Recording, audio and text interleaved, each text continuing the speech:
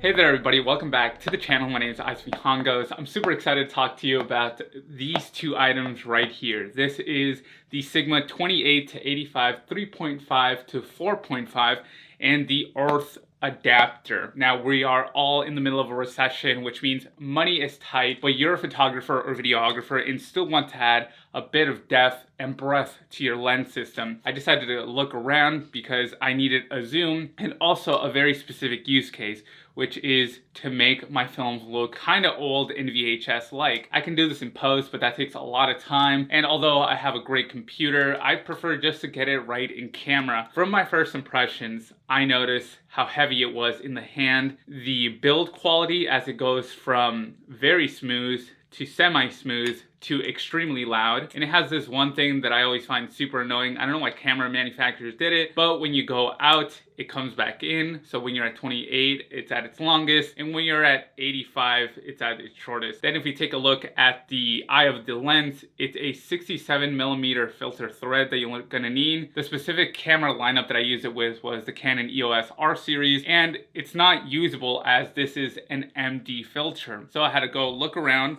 and I found this Urth adapter. I didn't get this correct the first time. Make sure to pay attention during this section. You're gonna take off the cap, slowly slide it in, red ring to red ring, place it on there, and then you wanna hear the click. If you look on the back, you'll be able to make sure that it's lined up as there's this little barn door, or else you're gonna do it like me, you're gonna place it on there and it might slip off. When you take it off, make sure to press the button and slowly slide it over. The build quality on the Urth adapter is superb, even though it's $20, but both of them combined just make the lens look very, very ridiculous. I was not expecting it to be a lightweight combination because this lens is clearly very, very old. It's 40 years old now. The results that I got were very, very amazing. If you are on an EOS system, you'll notice that once you place this on there, it's not gonna automatically trigger. That's why you have to go into the menu settings, find the setting right here, and then allow the camera to release without a lens on. I know it sounds a little scary, but the adapter will work fine. It's hard to ignore the physical premise of this lens, more specifically when it's attached to a more modern camera.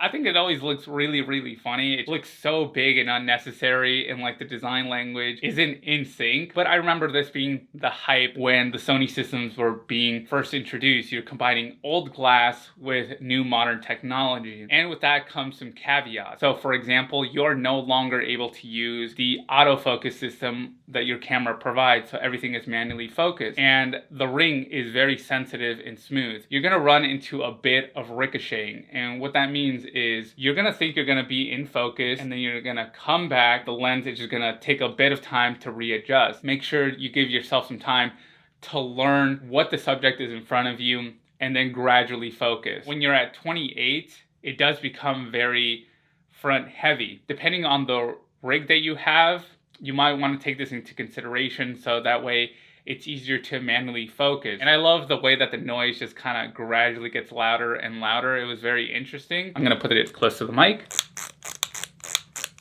And it gives that vintage feeling to just about everything. I can't help but notice how beautiful the design is. I don't know, there's just something very eye-catchy. There's a lot of color. They added a bunch of symbols and logos. Also, it's a giant fingerprint magnet, like you put your fingers. You don't want to be touching this with a bunch of grease and oil on your hands, but I just can't seem to stop looking at the beautiful engineering that this lens probably had to go through. And even 40 years afterwards, it looks absolutely stunning. It's also a macro lens. I did get close to some subjects, but it was never fully enticing to me. Like I wouldn't use that. I already have a dedicated macro lens. Once you place this lens onto your body, two things happen. You can only control your ISO and your shutter speed. The aperture is controlled manually. I always just set it to a specific aperture and then let it be. Very rarely did I want to try and change the aperture manually, as there is a first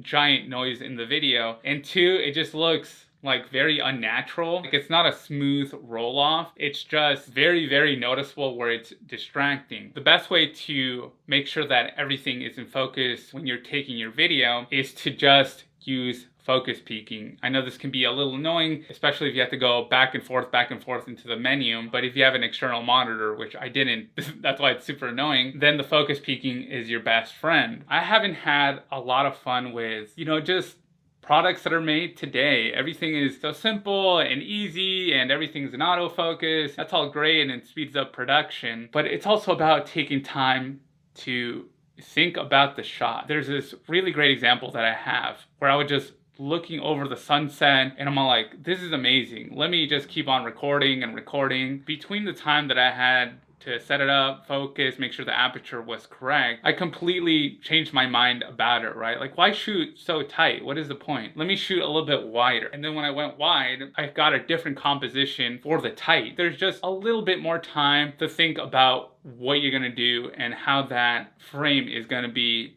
put together. I really love that. The lights around particular light bulbs look kind of strange. Like, it looks like a little bit jellyfishy, I would describe it. This didn't happen outdoors during sunset, but it did happen in an indoor environment. Depending on who you are or the style that you want for your cinematography, I don't know if this is the best choice, as it could be potentially distracting to an audience. Since this is multivariable, it's gonna go from 3.5 to 4.5/5.6. Setting the aperture constantly though was a little bit annoying, and I love the price point. I really think that it's a fairly stock item. It's around $50 depending on the quality that you want. Mine came in a really excellent condition and with a nice case. The lens is heavy at 524 grams. It does attract a lot of attention, but man, I can't get over how beautiful it is, how it tells me to slow down, and the quality of it. I think that this is a very interesting combo,